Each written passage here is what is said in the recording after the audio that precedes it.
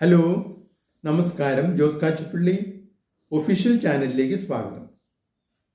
അലസന്റെ മനസ്സ് പിശാചിന്റെ പണിപ്പുരയാണ് എന്നാണ് പറയുക. പണത്തെ സംബന്ധിച്ചിടത്തോളം അലസമായി ഇരിക്കുക, ഒന്നും ചെയ്യാതെ വെറുതെ വിരസമായി ഇരിക്കുക, അത് പണം ഏറ്റവും അധികം വെറുക്കുന്ന ഒരു സാഹചര്യമാണ്. പണത്തിനോട് ചെയ്യാൻ കഴിയുന്ന ഒരു ദ്രോഹം എന്ന് പറയുന്നത് അതിൻ്റെ ചലന സ്വാതന്ത്ര്യത്തെ അടിച്ചമർത്തി അതിനെ വെറുതെ ഇരുത്തുക എന്നുള്ളതാണ്.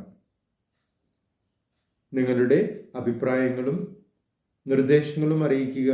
നിങ്ങൾ ഈ ചാനൽ ഇഷ്ടപ്പെടുന്നുണ്ടെങ്കിൽ ലൈക്ക് ചെയ്യുക, സബ്സ്ക്രൈബ് ചെയ്യുക, എല്ലാവർക്കും ഷെയർ ചെയ്യുക.